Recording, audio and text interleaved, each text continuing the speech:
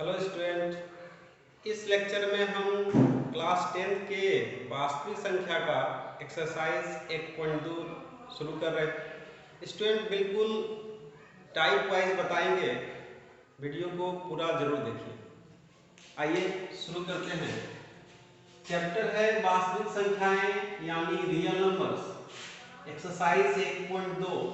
आप कोई भी बुक जैसे एनसीईआरटी, केसी सिन्हा, आर.एस. अग्रवाल कोई भी बुक फॉलो करते होंगे, सब में इस टाइप का सवाल होगा। पहला सवाल है, निम्नलिखित संख्याओं को अभाज्य गुणनखंडों के गुणनफल के रूप में लिखें। इसमें पहला है 140। स्टूडेंट 140 को अभाज्य गुणनखंडों के रूप में लिखना है। आइए देखते हैं। तो इसके लिए सबसे पहले 140 का अभाज्य गुणनखंड निकालेंगे। इसके लिए 140 में पहले 2 से भाग लगाएंगे, 2 सती 14 यानी 70, फिर 2 से 35 दूनी 70, अब 2 से नहीं लगेगा, 5 से 5 सते 35। इस तरह 140 के अभाज्य गुणनखंड में 2 ठो 2 और 1 5 तथा 1 7 आया, यानी 2 गुना 2 गुना 5 गुना 7। इसको इस प्रकार भी लिख सकते हैं, 2 2 बार है तो 2 का स्क्वायर, 5 एक बार है, 7 एक बार। और यही हो गया 140 को अभाज्य गुणनखंडों के गुणनफल। सवाल नंबर 1 कंप्लीट। सवाल दूसरा ले लेते हैं। मान लीजिए 156 है और इसको अभाज्य गुणनखंडों के गुणनफल के रूप में लिखना है। तो इसके लिए सबसे पहले 156 का अभाज्य गुणनखंड निकालेंगे। इसके लिए अंत में 6 है, 2 से लग जाएगा, 2 सती 14, 2 8 16, फिर 2 से 2 दिया 6, 1 बच गया इसमें, 2 9 18, फिर 3 से 3 का 3, 3 तिया 9। इस प्रकार 156 के अभाज्य गुणनखंड में 2 को 2, 1 को 3 और 1 को 13 आया है। 2 2 बार, 3 एक बार, 13 1। इस तरह 156 का अभाज्य गुणनखंड के गुणनफल का रूप यही। एक और क्वेश्चन लेते हैं। Question number 3। मान लीजिए 5005 है और इसको अभाज्य संख्या के गुणनफल के रूप में लिखना है। तो इसके लिए सबसे पहले 5005 का अभाज्य गुणनखंड निकालेंगे। अभाज्य गुणनखंड निकालने के लिए इसे 5 से भाग लगाएंगे, 5 का 5 0 0 5 का 5। अब 1 आ गया अंत में, तो 5 से भाग नहीं लगेगा, 7 से लगाते हैं, 7 का 7 बच गया 3, 3 पर 0 30, 7 चौक 28, 7 तिया 21, फिर 11 से 11 का 11, 11 तिया 33। इस तरह 5005 के अभाज्य गुणनखंड में 5 गुना 7 गुना 11 गुना 13। बस यही हो गया 5005 को अभाज्य संख्या के गुणनफल। और सवाल ले लेते हैं।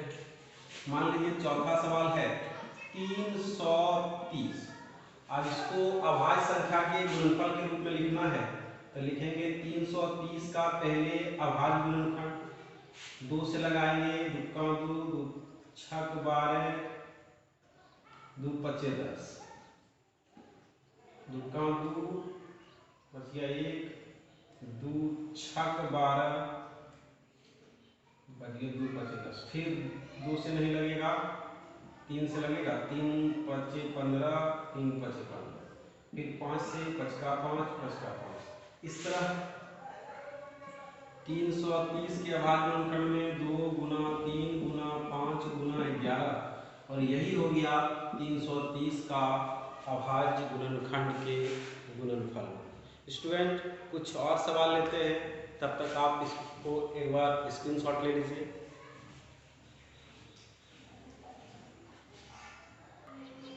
स्टूडेंट टाइप 1 से संबंधित कुछ सवाल बुक में और होगा, उसको आप लोग अपने से बनाइएगा, और जो नहीं बनेगा कमेंट में बताइएगा। अब बताते हैं टाइप 2। ये टाइप 2 है। इसमें पहला सवाल है 1440 के अभाज्य गुणनखंड में 2 का अधिकतम घात क्या होगा। तो इसके लिए सबसे पहले 1440 का अभाज्य गुणनखंड निकालेंगे। इसमें भाग लगाएंगे यदि 2 से 7 2 0 720, फिर 2 से 2 तिया 6 2 छक 0, फिर 2 से 18 दूनी 36, फिर 2 से 9 दूनी 18, फिर 2 से 45 दूनी 90, अब 3 से 3 का 3 3 पचे 15, फिर 3 से 3 पचे 15। इस तरह 1440 का अभाज्य गुणनखंड निकाल लिए। अब लिखेंगे 1440 बराबर जो आया है 1 2 3 4 5, 5 को 2 1 2 1 2 3 4 5 को 2 2 को 3 गुना 3 गुना 3 और 1 को 5। इस तरह इसको लिख सकते हैं हम 2 का पावर 1 2 3 4 5 गुना 3 का पावर 2 गुना 5 का पावर 1। इस तरह स्टूडेंट देखते हैं कि 1440 के अभाज्य गुणनखंड में 2 का अधिकतम पावर 5 आया है। अतः लिखेंगे अतः 1440 के अभाज्य गुणनखंड में 2 का अधिकतम घात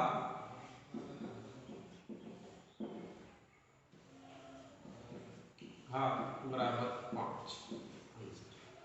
स्टूडेंट इसी तरह सवाल नंबर 2 है कि 625 के अभाज्य गुणनखंड में 5 का अधिकतम घात क्या हो।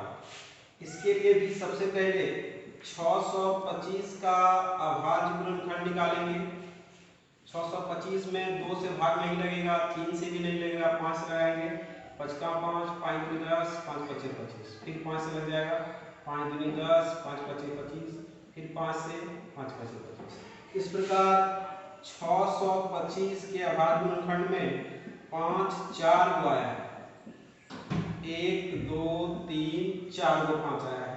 इसको लिख सकते हैं 5 का पावर 4। अतः 625 के अभाज्य गुणनखंड में 5 का अधिकतम घात 4 आया है। लिखेंगे इसलिए 625 के अभाज्य गुणनखंड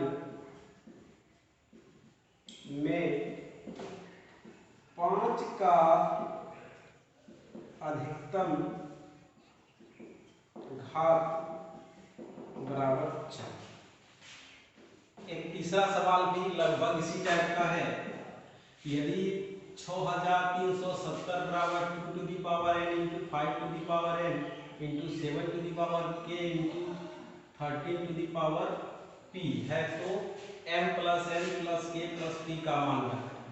इसके लिए सबसे पहले हम 6370 का अभाज्य गुणनखंड निकालेंगे। 6370 2 से लगाएंगे, 2 तिया 6 2 का 2 2 8 16 2 पचे 10, फिर 2 से नहीं लगेगा, 5 से 5 छक 30 5 तिया 15 5 सते 35, फिर 7 से 7 9 63 7 का 7, फिर 7 से 7 का 7 7 तिया 21। इस प्रकार दिया है कि 6370 बराबर 2 का पावर n इंटू 5 का पावर n इंटू 7 का पावर k इंटू 13 का पावर t। इसको लिख सकते हैं हम 2 गुना 5 गुना 7 गुना 7 गुना 13 बराबर 2 to the power m into 5 to the power n into 7 to the power k into 13 to the power p, यानी 2 आया है 1 ठो, 5 भी आया है 1 ठो, 7 आया है 2 ठो और 13 आया है 1, बराबर 2 to the power m into 5 to the power n into 7 to the power k into 13 to the power p। Student, ये इतना बराबर इतना है। अगर आधार और घात को बराबर करें तो देखिए लिखेंगे आधार और घात को समान करने पर यानी तुलना करने पर m का मान आ जाएगा 1, n का मान भी 1, k का मान 2 और p का मान 1। अतः m बराबर हो जाएगा 1, n बराबर भी 1, k बराबर 2 और p बराबर 1। अतः m plus n plus k plus p is equal to 1 plus 1 plus 2 plus 1 is equal to 5। इस तरह स्टूडेंट दूसरा टाइप में कुछ सवाल आप लोगों ने देखा, अब इसको एक बार आप लोग स्क्रीनशॉट ले लीजिए तब आगे बताते हैं। स्टूडेंट, अब हम तीसरा टाइप बता रहे हैं। ये तीसरा टाइप बहुत ही इम्पोर्टेंट है, खास करके बोर्ड परीक्षा में इससे सवाल अवश्य रहता है। तो आइए शुरू करते हैं। स्टूडेंट, ये तीसरा टाइप में लघुत्तम और महत्तम है, यानी एलसीएम और एचसीएम। इसके बारे में स्टूडेंट आप लोग पहले भी पिछली कक्षाओं में भी इससे परिचित होंगे, उसी को बताते हैं। तो आइए निम्नलिखित संख्याओं का एचसीएफ और एलसीएम ज्ञात करें। स्टूडेंट, एलसीएम और एचसीएफ इसको हम अभी अभाज्य गुणनखंड विधि से बताते हैं, फिर आपको विभाजन एल्गोरिथम से भी बताएंगे। तो ये अभाज्य गुणनखंड विधि से बता रहे हैं। तो निम्नलिखित संख्याओं का एचसीएफ और एलसीएम ज्ञात करना है। इसमें दिया हुआ है पहला सवाल 6 और 20। 6 और 20 का एचसीएफ और एलसीएम ज्ञात करने के लिए सबसे पहले 6 का और 20 का अभाज्य गुणनखंड निकालेंगे। 6 का अभाज्य गुणनखंड निकालने के लिए 2 से भाग देंगे, 2 दिया 6, और 20 का अभाज्य गुणनखंड निकालेंगे फिर 2 से भाग देंगे, 2 दहें 20, 2 पचे 10। इस प्रकार 6 के अभाज्य गुणनखंड में 2 गुना 3 आया और 20 के अभाज्य गुणनखंड में 2 गुना 2 गुना 5 आया। स्टूडेंट, निकालना है हमको एचसीएफ किसका किसका, तो 6 का और 20 का। इसके लिए यह संकेत है 6 और 20 के महत्तम समानुपातक का, और एचसीएफ ऑफ 6 और 20 बराबर होगा 6 के अभाज्य गुणनखंड में 2 और 3 आया है, 20 के अभाज्य गुणनखंड में 2 गुना 2 गुना 5 आया है। दोनों के अभाज्य गुणनखंड में जो जो कॉमन होगा उसी का गुणनफल हाईएस्ट कॉमन फैक्टर होगा। तो इसमें देखिए, इसमें 1 2 मिल रहा है, इसमें भी 1 2 मिल रहा है, तो 1 2 लिखिए। इसमें 3 है, इसमें 2 है, दोनों में कॉमन नहीं है, नहीं लिखेंगे। इसमें 5 है, इसमें नहीं है, अतः 6 और 20 का एचसीएफ हो गया 2।